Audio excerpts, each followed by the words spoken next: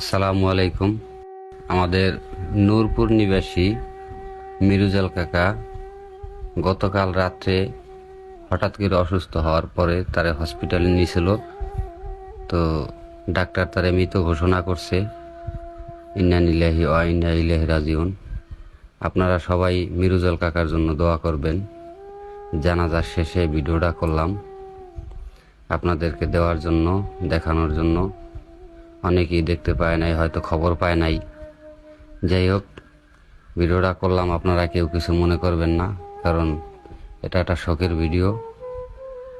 আপনাদের মাঝে তো অনেক ধরনের ভিডিওই দেই, যার কারণে আজকে এই ভিডিওটা করলাম। সবারই দুনিয়া থেকে চলে যেতে হবে, কেউ থাকতে পারবো না, কারণ থাকতে আসিনি, দুনিয়া থাকার জায়গা নয়। তো তার দাফনের ব্যবস্থা করতেছে মাটি দেওয়ার জন্য।